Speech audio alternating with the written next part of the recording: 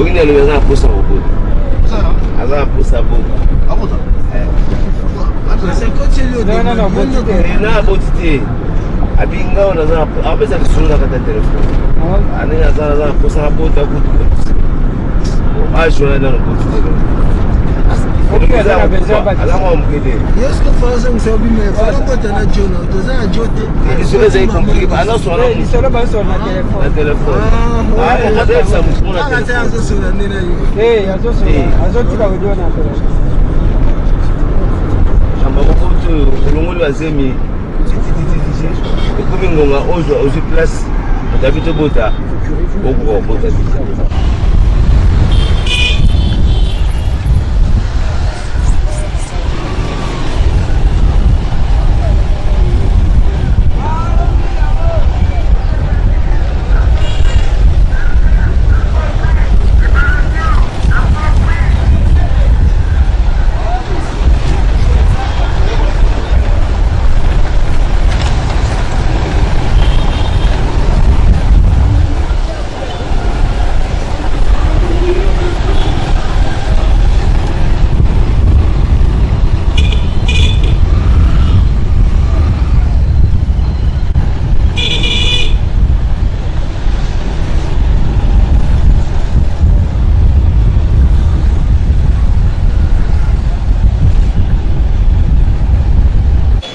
Voilà, réalité sur le terrain, Doudou Montiri, Moron Djambé, on a gâté Ipen. Ngalema, plus précisément, Toyaki, Topometa Ibino, Tokutalana président à Aseko, M. Lissumbu, et totalement nous, qu'est-ce qui se passe dans ce là? Conduite, monteur et paille, piéton et paille, mais Aseko et Zawapi. À chaque fois, et Zawapi. Le lobo Banyoso. Et aussi, parler de ces conflits entre la SECO et la Chaco. Est-ce qu'ils ont déjà résolu? On va trouver terrain d'entente. On va savoir plus. Le rôle de la SECO, le rôle de la Chaco. To Kabula Bango. Lelo, to Kabula à SECO na Chaco. Lelo. Avec Doudou Montiri, arbitre. Voilà. Alors, sans plus tarder, Tokena nous rapidement. Oui. Oui. Ah. Oui. Émission. On va. Ah. On va. Donc, il y a resté sur le terrain, et Michel Bandi, maman vous avez là-bas, tout le ça après. Mais en fait, il y a un pas président. Il y a une situation, il y a un chauffeur, selon vous, la moto, selon vous, est-ce que vous respectez le code de la route? Bon, pour respecter le code de la route, c'est bien, mais ce qu'on problème est parce que ceux qui vont respecter parce que l'État a allé wana pono sanin pono ko zonga sabatu bazana nzela tena nzela alors l'État nazomana batu l'État azana batu oyo bazana banzela mais pour mezanin batu angota ba ko kanga mutu oreba kinene na bureau kaka sur place na basanine basilisi donc elinkolo bake l'État azosala musala na été parce que l'État asala musala na ye na ibike batu nyos bazona nzela oyebi aseko oui na ibi aseko azali association ya ba chauffeur est-ce que et ça va Moussa Nango pour le président ya Seko et toujours Mbaye on a pembina. Bon, à Seko ngana mona ka bango bazana bango ba parking nyonso. Mais Seko pour mes années, tant bien bolo ba keno ba chauffeur ba sala Moussa na yangote. Ba Seko bazali bato bazana ba terrain. Bango bazana terrain. Alors ceux comme monique non et na ba chauffeur ba tambola bien té. Moussa na bango zanine. Il faut ordre. Mais ceux ordre zate ceux qui va service vous travailler té. Merci. Alors tu as une mission ba on a population. Le président Lissumbu. En tout cas, je vous reçois, venez de ce côté, cher président. Ah, Baluka-Gayo, hein? Après plus de 7 ans, 10 ans même. Comment on a reçu? Bah oui, Nazalaki moi Libanda. C'est parce qu'il a plu au comité directeur de me rappeler pour redynamiser un peu les activités de l'association. Voilà pourquoi je suis maintenant Navil Akishasa comme président. Nazongi. Pour gérer les chauffeurs à ville avec ça, surtout na demande il y a des chauffeurs au Bazari Kosenga à tout moment, monsieur Henri Lissumbu Azonga. Voilà, maintenant je suis là. Alors monsieur Henri Lissumbu, bon retour, et en même temps il y a des problèmes. Ok, donc on a vu ça au Pessima Kantinae, à Ebi Aseko, est-ce qu'Aseko doit jouer le Nango comme il faut? Bon, Aseko c'est une association pour encadrer les chauffeurs.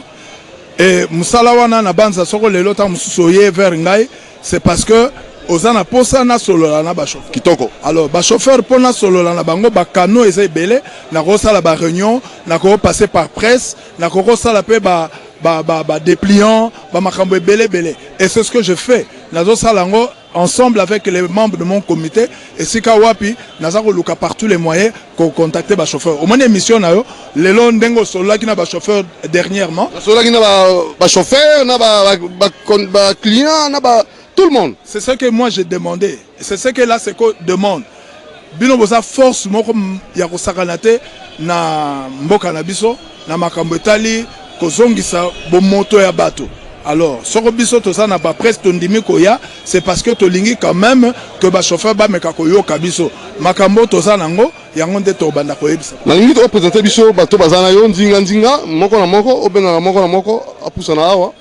Awa toyaki bon excusez biso penza nous ne sommes pas tellement préparés pour l'émission. Non mais Doudou Montiri. Ouais, justement. Force tranquille, énergie, réaction rapide. C'est ce que je action Tozalaki Ming na réunion depuis très tôt le matin. Le comité directeur nous avait appelé pour une grande réunion. Na makambetali lettre au secrétaire général. Il y a ministère à justice à Outi Kokomela biso actuellement. Il y a un comité directeur à Jujaki bon Yakobenga biso très tôt le matin. Donc toyaki tongo pour na koyoka message à comité directeur par rapport na lettre wana. Alors je me suis fait accompagner na ba conseiller va se présenter. Oui, d'abord vice-président. Ah, Mutombo. Oui, vice-président. Si on a la conversation avec quelqu'un qui n'a balé. Là, ça va trop beau.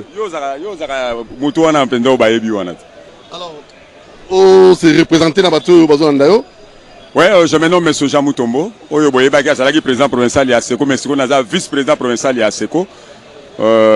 Président provincial les alliés M. Henri Lissumbu. De totelemi à la place à Ipen pour tomber kako solo na bino. Très bien. Alors, et c'est trop, à part le vice-président Azaluana. Oui. Ouais, premier conseiller, Lusamba Moujigaja. Au conseiller Rani, n'habitez. Mon zone en boulot que vous en regardez. Ni mi tourner les autres moula boulot que va chauffer. Je conseiller Rani. Ouais, tout ça la mission na biso à cause la conseil. Mais en amont faut ba makamunini o ezako perturbé pour nous la ville à Kinshasa à la mouille. Ce qu'on dit tout le bamakamo faut tout le bango profondément et calmement donc on bâti les os à la mouille. Merci monsieur le conseiller. Awa tozana trésorier nabiso monsieur Ngwala yenda za trésorier ya comité provincial biso nyonso toyaki ndengo moni vice-président a Oti Koloba toyaki awa na réunion munene babengaki biso na na président général. Alors Nassima deuxième conseiller. Talous. Ah, tu sais une mission trop. Talous, Jesus. Naïsou. Mais tala kaka nzote bela qui est mais siko ça va na on reprendre siko. Talous. Avant de gars. Et qui tala kaka malade beta ils sont. C'est pas au monde en bonne santé. Même nangapé, na CPL fort. Il y a Ngaliema. Ba membre Ngaliema bon. Combo ayo comme nani. Na contrôle na kata Seko, na contrôle toujours terrain pour na Seko, terrain à la Kimia. Donc contre la terrain de la Kimia. Oui. OK. Nous sommes tous là rendu en voilà. Oui papa. Oui, là comme on a Kennedy, na contrôle principal ya Seko. Biso to ba membre ya Seko. To lingi batika so libre to ça msana so calmement. Mata ba ki na attribution na bango. O ba charger na bongo ba ki na mabongo, batika so na parking ya personnel. Tout ça, ça la calme, mais batika des ordres.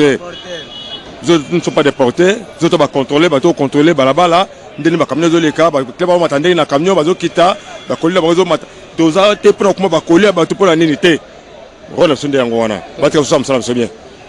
Au suivant. C'est un peu un contrôleur, parce que on a une victoire, on a contrôlé la parking, on a victoire, pour était les macawana. Contrôleur comme on a trésor. Vous avez un galema. Tobo imobulu, bisolinga mobulu te pesto sala musala.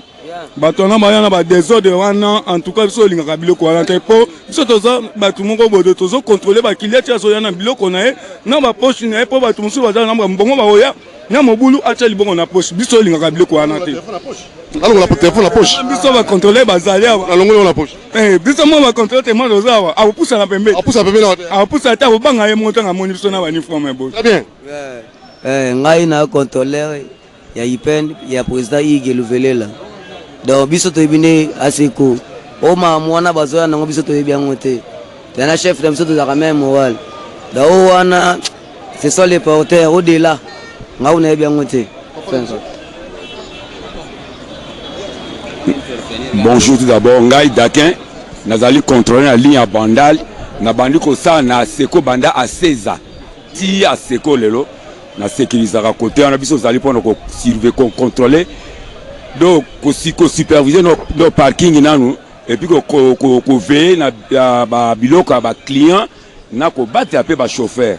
Et puis pour sécuriser pour ba mi bilisu so ka lingo yi mani to ka client toni ni biso to ko bengana e to kangie to tike na la police. Merci beaucoup. Alors, président Lissumbu, na vice-président Jean Botobo, dites-nous un peu à ce que ça gagne.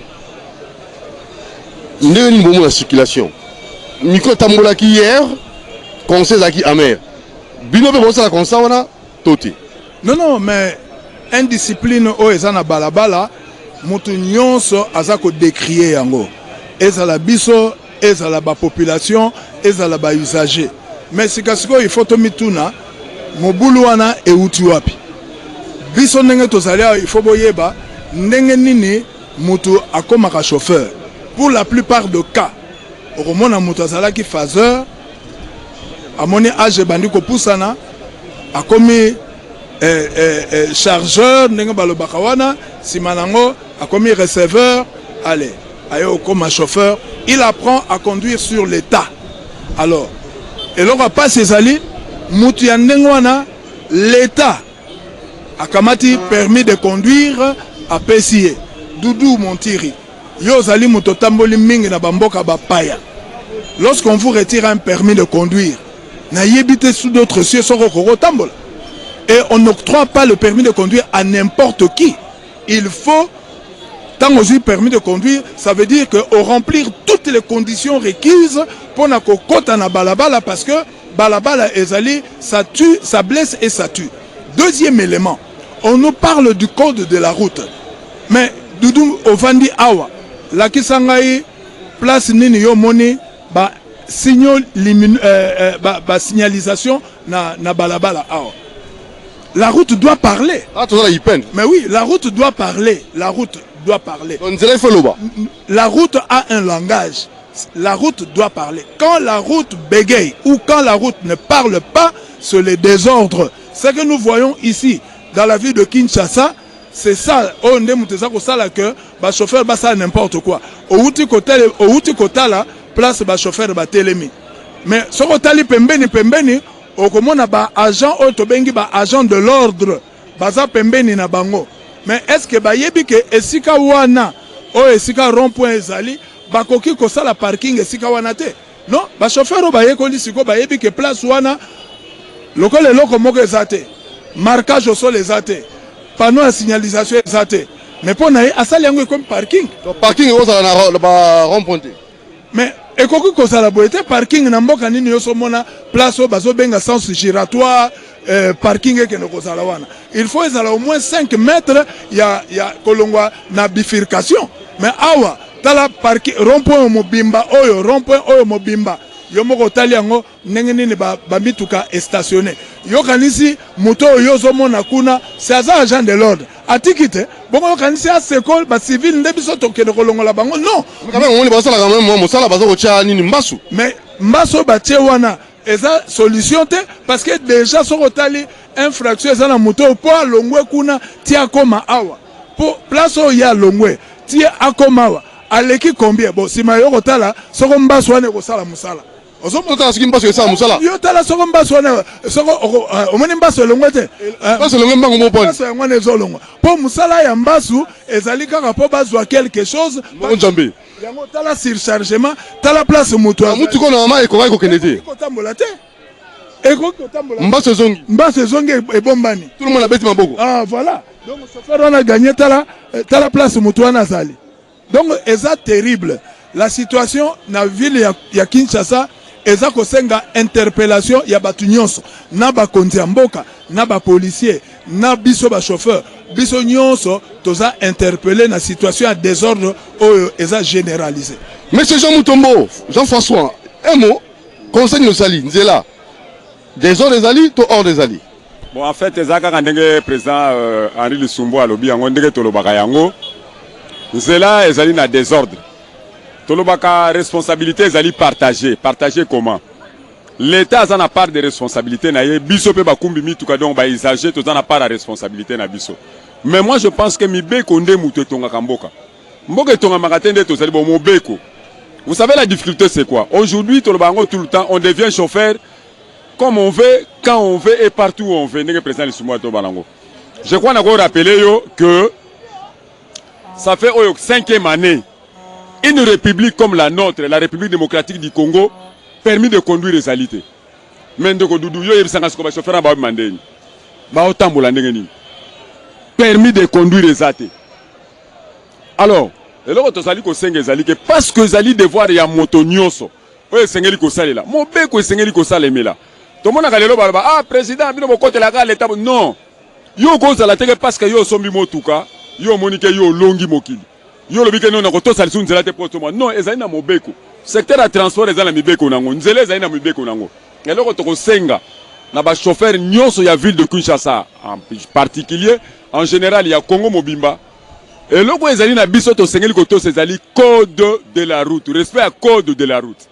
Ce qui tozali ko to sango bien que tozali na difficulté à banzela, bien que tozali makambo, mais tozali par exemple esika embouteillage ezali. Troisième bande ezate ou bien deuxième bande ezate, to le kana kanivo te to landa na bomoko, to mona ba embouteillage le kana ba pays mususu. Tozotala ke ba tozali ko landa na TP silaka. Donc vraiment eloko tozosenga courtoisie routière auprès ba chauffeur. Courtoisie ezali te ke lobi na tongo ba ko kangate nde ba to benga courtoisie te. C'est au quotidien, c'est chaque jour que moto va bengi chauffeur à sengeli ko zala courtois na nzela. Aye bakoto sa joint qualifié, aye bakoto sa code la route, aye bakotambo la malamu nde to koyeba ko bongisa ville na biso. Mais so ikaka na boyezali moi passe. Difficulté mususu papa. Biso batoto ye ko luka ba désordre biso ba chauffeur. Omoni mituko zo mona wana. Ezala ba versement ndenge na ndenge.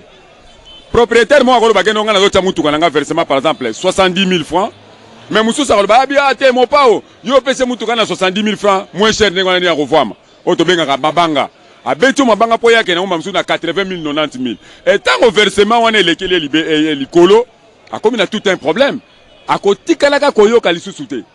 Nous avons vu par exemple dans les métiers yo sala ko sala ba monsieur belé o koma ona omona agent qualifié à Kanginzela mais bazo le ka plus ba chauffeur à transport ba yo kakate. Donc là tozali ko senga ensemble ville ezali ya biso toko kakolanda vision à chef de l'état na gouverneur na biso ville province de Kinshasa pote totonga ville na biso totambola ka batebele ba otambola ndenge président Lussumbo abi obimaka. Pourquoi est-ce que o ezoko salema ailleurs ya malamu ekoko salama na kati ya mboko ote? Pourquoi? Tozali différent na bango te, ba mboka musuku to biso to leki bango. Mais makamusu tozo sa na mboka na biso, o ezali kele ba mboka musuku to bakoko sala ngote. Donc vraiment eza culture moko, photo banda ko enseignant ngo à tout le temps pona ko ko yebisa ba chauffeur ba yo kaka, ndeni lo lengeni bakota mwana nzela. Président Lussumbo, que fait la secours? Nini bino mozo sala? Parce que quand on écoute émission de la pédagogique, to kepena na bisika bazo parquet wana, o yebisa bango soki ba koyoka yo, yo soko lo banani. Dans la parking, est-ce qu'il y a des parkings, il y a des arrêts? Maintenant, que fait la secours? Non, omoni mboka ndenge tambolaka, bakonzi ya mboka bazali, bato toponi po ba organiser la nation congolaise. Donc mutu na mutu azana musala o ba pesie. Il y a un général qui est là pour ça. Il y a un ministre oyo azali dans ses attributions la gestion ya makambo tali transport. Donc mutu na mutu asala musala na ye. On a trop surchargé le général Kassongo. Comment ça? Doudou, à la ville à Kinshasa, nous avons 3 bataillons. 3 bataillons au Ezali à PC. Tozo senga na président de la République na ba député en Mboka na biso, baba kisa bataillon moko po esa la brigade, baka matana mutu ya brigade wana, bacha général moko uniquement pour la circulation. Ezala BCR, brigade ya circulation routière. Et Batouana, baya pona ko lakisa batu, musala ndenge nini bakoki ko réguler circulation. Aussi longtemps que Batouana bakozalate.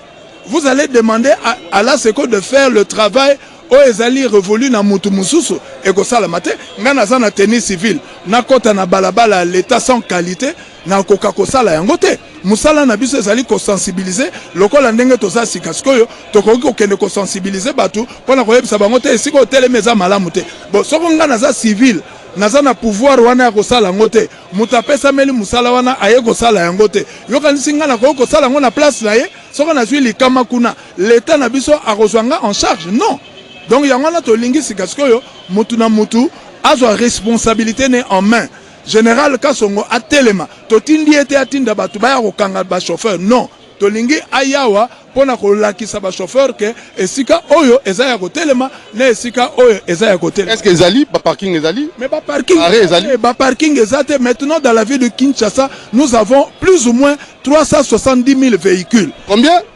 Plus ou moins 370 000 véhicules. Mais les routes ne suivent pas et quand on construit les routes sans accotement, sans aire de stationnement, sans arrêt. Et maintenant, les chauffeurs n'ont pas véhicule au nyos de Salango, bah comme il faut débrouiller, si il y a débrouiller, or bah comme il faut débrouiller. CNPR Moussa Nangonin, ministre provincial Azaliwana, biso to soko pesa mbongo ba bengi taxe à stationnement. Mais mbongo wana en soi, il faut créer ba parking. Il faut ça là bas aire de stationnement pour la ça que bas chauffeur baye ba côté le matin bisiko et pekisami côté le ma mbongo wana ekoki ko pesa mana sen père pour la ça là que ba balabala na biso signalisation ezala mais tant qu'il y aura pas de signalisation oko kanga mutu na infractionné na uti ko landa ministre provincial ya transport alobi ke mikolo oyo akobimisa ba roulage akobimisa ba transport po baya ko kanga ba chauffeur mais ba okanga bango bazana raison parce que chauffeur sera moni panoté tant yo okanga soko pano ezate na koyebisa eza arrestation arbitraire donc to boyiba arbitraire to lingi ke bango l'état bazwa musala na bango ya ko sécuriser ba route na biso pour que biso to ko travailler en toute sécurité. Voilà. Voilà, on va revenir hein mo totamula le babi totamula te bureau mo mbabula tamusa bango mon tiri makamuna yo to changer moi décor hein parce que toi na balabala réalité sur terrain, c'est ça votre mission que vous aimez bien. Ici j'ai le président de la SECO, président provincial, monsieur Lissumbu, Henri Lissumbu, et le vice-président, monsieur Jean Moutombo, et le comité de mouvement, va conseiller, Bazana Simalangaï. Lelo, tout à nous essaye, ce qui va y avoir président. Président, on a dit que nous avons va chauffer. Quel nous mourons dans le micro, il y a un chauffeur, tout dans le salon. Awa bazana kata balabala nazo sécuriser bino toke wana lokola basaba telemi to solo la po oyo bakomona net boyo kanga bango to baluka voilà donc to baluka to kayona nundengo sala musalango si ba chauffeur réellement ba kayo yomoko au passer na moi sensibilisation conscientisation omoni na misu nayo soko tali na pembeni wana okomona ba agent ya circulation routière bato ba pesa meli musala oyo ya ko réguler circulation donc musala wana pesa meli bango c'est pour ça qu'ils sont payés donc normalement soko tali bango ndenge baza wana baza na difficulté à ko sala musala parce que en définitive toza à peu près na 1000 agents si ma mémoire est bonne toza na 1000 agents pour 370 000 véhicules ça veut dire que agent moko azali appelé ya ko gérer 370 véhicules mais avec quel moyen azana beloko ni quel outil ni nazala ngona maboko na ye ozomona bazana na bangondo bazana ba tio bango moko bakati c'est anormal hein tala lokola seconde ko la biso neti ya paquet bien mutu eli solo hein to o chauffeur na yo oyo eti abi président président na ibi ko yo paquet bien au moins rond point donc normalement hier à cause de la faute pénale, ils ont bénéficié de circonstances atténuantes. Pourquoi? Parce que marquage au sol les athées. Pas de signalisation, la route doit parler. Si la route ne parle pas, eh bien maintenant c'est la cacophonie. Donc il y a un marquage à côté le matin, mais le marquage des athées, l'État n'a pas fait son travail. Nous demandons à l'État de faire son travail. Awa, il faut bâtir un panneau, il y a stationnement interdit, un panneau ndenge. To signer convention à Vienne où ils ont la macambetali circulation mais on est en retard par rapport à la signalisation donc ndengomoni awa et là, la route ne parle pas. Quand la route ne parle pas, c'est ça la difficulté. Vraiment, c'est ça. Merci. Alors, Tozo Koba, na président Seko, na moni vice-président, à Tapé Nangam beaucoup là. Alors, si quoi battoir ou appelé bana moto, est-ce que Bino peut appeler à l'association Nabango Ezali, mais je vous dis d'emblée comme ça, moto, Eza transport moko, Ezali exploité, Bakonziambo Kapenza, Bakanisa qui a ngoté. C'est une surprise. Et la plupart des personnes qui sont en train de conduire ces motos-là, effectivement, basant la notion moko à code de la route. Et l'État aussi n'accompagne pas les présidents de ces associations pour que Coca-Cola, Makambetali, code de la route, Awa Moutinho, ça n'importe quoi. Vous savez qu'il y a beaucoup d'accidents maintenant, Batuming, basant la jambe amputée à cause du comportement et de moto.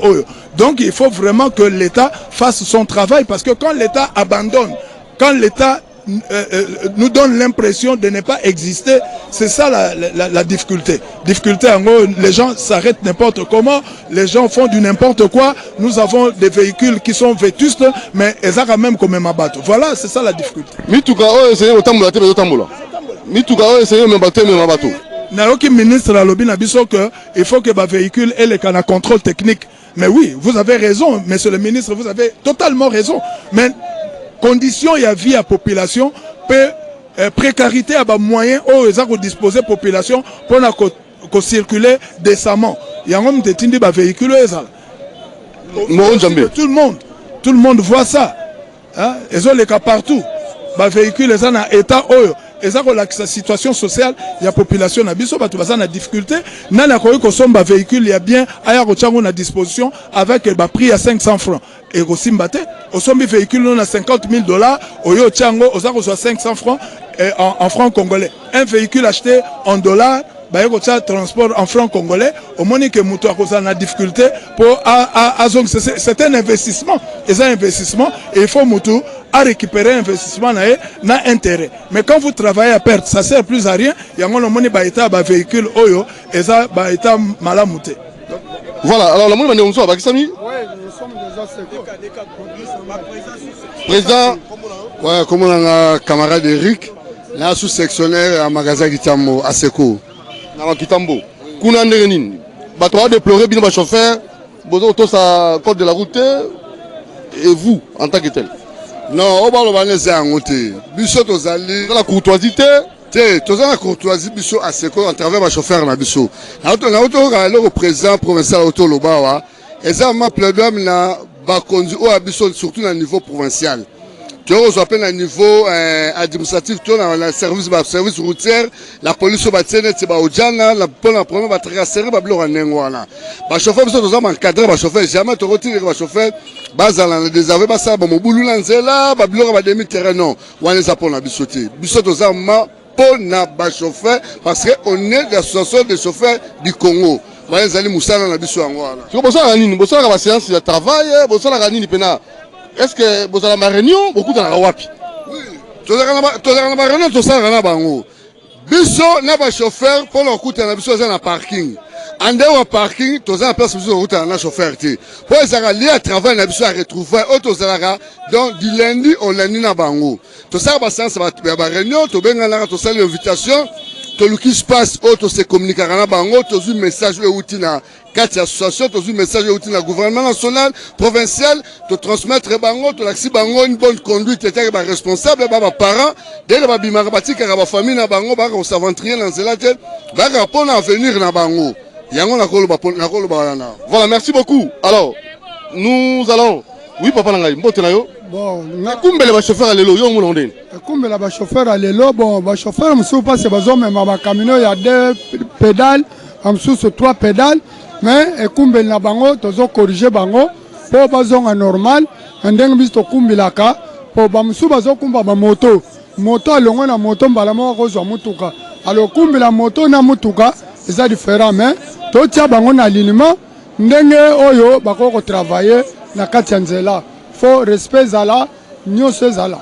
Et on dirait au moni, tozo même la bango, mais croyant que si go doit comme on à chaque fois il y a côté la biso na parking, bisonné toza bankolo ya ba parking. mais à chaque fois bango baza ba chargeur biso to ba chauffeur bankola musala bon baza ba ventilier baza pe ba kuluna bazo ko menacer biso bon porteur a no diriger chauffeur na ndenge nini. Voilà, tout à fait conseillé. Merci à papa. Et là, comme on a dit, parce que aux autres baba chauffeur, mais il faut y avoir au bandango en amont, il faut banda pédale des bandeli. Au yebi que namboko yo chauffeur, au yakosa la transport, il faut en a 2 permis. Au monde il a 48 ans d'expérience. Nathan on a biso, toi qui as permis de conduire pour nous ça la chauffeur privé, toi qui as certificat de sélection pour nous ça la transport. Mais l'élo d'un chauffeur, chauffeur de loisirs, d'un chauffeur professionnel va porter le même document. Bah arrêtez le système wana na 1975. Il y a un moment où tant biso to zalaki. Pour na osa la transport, il faut atteindre 21 ans. Ou atteindre 21 ans. De 18 à 21 ans, on a la chauffeur privé. Sauf qu'on ici 21 ans, aucun ATP. On a des preuves techniques au volant. Aussi ici, aucun maman yemo. On a examen aptitude. Aussi ici, aucun royal. Dans le département de travaux publics, dans le 7e étage. On a des preuves psychotechniques. Sauf qu'on ici, on a délivré un certificat de sélection. Mais les lots, Moussala chauffeur et baby poignine. On a un comme azana des vraiment comme maïe l'été là comme côté yakana école so musala chauffeur n'importe qui a comme chauffeur ayebi atako tanga panote musala chauffeur les apona bazobate ayebi ko tanga panote ayebi ko se comporter te biso a ce ko tozana mission il y a déontologie professionnelle oui toza ko sala yango bapera kala bakumaka bien bapero akala wana biso yote ngazala 70 ans de la télé bapera ba 70 ans alors malgré mindele ba belge attend belge nazana 48 ans sans accident il y a chauffeur. Moi même maman comme zola là, ola la nene. Comme zola là. Té. Ola la prenne. Na la té là, comme le vino télé mi té agora. Pour télé mi anga pe la télé. Miko. Somo. Alors, comment au lobelité ezali concurrence déloyale. Concurrence déloyale na kati ya ba chauffeur. Okomona mutu moko azana mutu kanaza na chauffeur na bien a faire sakaye 60 000. Bando moko yebi eloko taye alobi patron ngala ko peso 80 000 alongoli mutu ayebi mutuka alors il faut l'état à réglementer versement peut la réglementer n'enge tarif ya transport les a réglementer l'état peut faire réglementer nanyo soana soko lingito ça l'émission moko spéciale to ebisa l'homme chauffeur azanani ou bengai chauffeur azanani Lisumbu président Henri Sikaoyo clairement parlant chauffeur azanani. Bon, chauffeur Azali, un acteur très important à développement en Mboka. Il n'y a pas de finger à la Nzela, il recevoir à finger à la Nzela. Il n'y a pas de développement. Tu peux apprendre des injures. Non, naïb sayo. Bah, finger à la injure, nous sommes sur le rôle de la promotion de l'insulte. Moi, quand finger à Mouninga, il toile le rôle de la cache-couche. T'as niveau. Oyebi. C'est pas normal ça. Ça a déconseillé. Au moment où tu es allé, au moment où tu es allé, exemple. Soko monnaie excellence. Lito il la cache-couche. Soko monnaie excellence à quel sens inverse. Soko monnaie excellence. Mutoto bengi excellence. Ça veut dire makambo azo sala eza makambo malamu. Soko monnaie excellence à quel sens inverse. Ça veut dire que mboka eza sous malamu te. Alors soko excellence azo sala bongo à plus forte raison chauffeur. Donc là, il faut faire quoi? Donc, il faut tout ça la refondation, il y a ville, il y a Kinshasa, il faut tout le bas sur tout ce qui concerne la ville. Nenge Kimbuta à Salaki. Kimbuta à Bengaki Biso, Tokendeki Biso Nyon son à centre Nganda. Les forces vives de la nation de la ville de Kinshasa, Tokendeki na centre Nganda. Et si Kawapi Tokendeki ko étudier sur la refondation de la ville de Kinshasa dans le domaine Nyonso. Moi je pense que le gouverneur de la ville, s'il peut prendre ça comme modèle et que ça l'a bien, tant que nous faisons dans le centre Nganda Kuna, tant que nous réfléchissons sur la refondation et la conclusion ya makambo to la Kuna, batiango en application et les can assemblée provinciale va adopter comme mode de travail dans la ville à Kinshasa. Sinon écosimbate parce que Okosimba secteur oyo awe baby Okosimba wa awe baby mais au moins tout le monde sache que tokendeki na lisolo peto solo li pona to bongisa mboka na biso tele loko tozui oyo. Alors pour finir to comme na dossier Aseko, Achako, guerre wana, te wapi. Guerre Oyo, Bandeko, Bino Boyebi que lorsque l'État était un... Ah, bata Achako baza. Ah, bah, côté. Ah, bata Achako baza te. Ah, bah, mekate. Tozana président na biso, Ige Louvele la zap. Ige Louvele la. Ah, azan la téléphone. Omani donc petit Oyo, azan motoyo, asimbi ba chauffeur, awa na ndenge ya bien. Bonjour Ige Louvele la. Bonjour, chef. Aseko na Achako, problème. Non, Aseko na Achako, tout ça un problème, il y a ba attribution même. Biso tout ça na Aseko ezana ezana Aseko ezana ba attribution ya ministère ya transport. Achako attribution na bango bazana ministère ya sport et loisirs. Mais tout ça comprendre te bango bazana na influence ba homme politique même bazo citer. Ba komo ya ba homme politique. Ah, quand on a moto théâtre, on a la politique. Non, oui, naebi. Mais bango bazo ta mon influence ba homme politique. Bazo côté na ba attribution na biso même na machete. Kobeta ba contrôleur na biso ya seko même biso ba cambio tozo kamba ba chauffeur. Bino seko bo sengi nini rapidement bo sengi nini. Non, to sengi mo gonza mboka asu la biso solution parce que asala nini. Ason sabat na ba attribution. Pour nous à chaque chose association de chargeur. Faut pas que de libongo. Pas que na ba libongo, ba port, ba place ya bango ya ngwana. Ba fufu, ba makayabu. Oui. Donc, attribution na bango ya. Bamema ba fufu, ba sagi nyonso ya ba mama ba kitaka, ba kendeke nango. Biso na bango tozana ba attribution moko te. Ya bino zanini. Président, ya bino zanini, ya bino moko. Bon, biso tozali association des chauffeurs. Association des chauffeurs. Ils font la parking. Et là on te rôle le baboye. Parking Moutazakuna, on ne peut pas parler de parking sans le chauffeur azate. Donc, tout le basigasco, tout soit exemple. Benga, biso to sala, exemple moko sala, to benga batu ya chako, baya batele mana parking, to longola ba chauffeur. Tumba chako na seko banda kala. Ouais, mais banda kala parce que batu oyo balingi ko respecter loi ya mboka te, bakanisi ke baza au-dessus ya loi nde ba ko sala. Yebisanga outi ko landa ndeko langa alobi que à chako bapesa qui est avis favorable na département na ministère de la jeunesse sport et loisirs. Bon yebisanga ndenge ni na yeko se retrouver na transport. Mais ça c'est et puis arrêter oyo eza ko fixer ba attribution ya ba ministère provinciaux eza ko loba bien que ba parking ya ville ya Kinshasa eza ko dépendre na ministre ya transport donc mbokoso. Mais ndenge nini monsieur Ilwa oyo ya jeunesse sport et loisirs artisanat petite et moyenne entreprise ayeko se retrouver awa. Ayeko se retrouver dans le parking. Donc c'est une violation flagrante. Vous demandez quoi pour finir? C'est une violation flagrante. Vous êtes là pour gérer le pays. Vous n'êtes pas là pour attiser le feu. Et bino bozali wana tango bomoni likambo eza mabe bolo baza mabe. Bande qu'on a biso ba magistrat. Lorsque c'est vous qui dites la loi. Soko bomoni mibeko mutasali infraction bo condamner na infraction à sali. Soko mutasali likambute ne l'arrêtez pas parce qu'on vous a donné de l'argent. Mais batu bazana ba prison, batu bazana ba cachot, l'état est conscient de tout ça. Batu bazana ba hôpitaux, soko les locaux. Comment est-ce que la Seco à chaque fois un avantage sur la Seco? Mais ba uti ko yebisa yo awa olobito tanga ba quantité. Mais na ba lettre na biso totangi ba homme politique nyonso auto comme le président de la République, on a cité les noms des hommes politiques au basima na bango, les généraux qui sont derrière cette affaire là. Tozana ba députés provinciaux bazana kati ya likambo wana batangi na ba famille ya ba konzi mboka.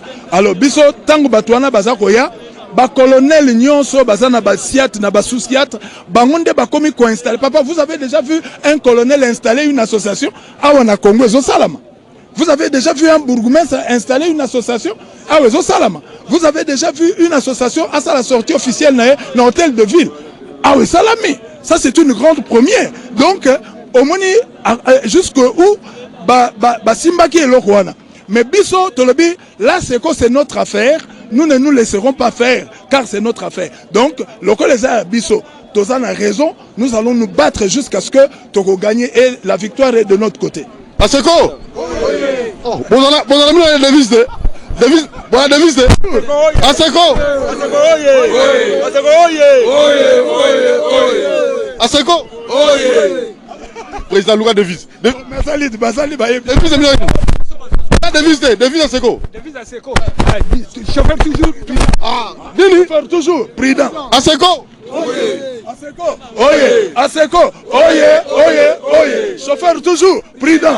Chauffeur toujours prudent. Pendant que M. Mandela, merci beaucoup. C'était là le président Lissoumu, Doudou Montiri.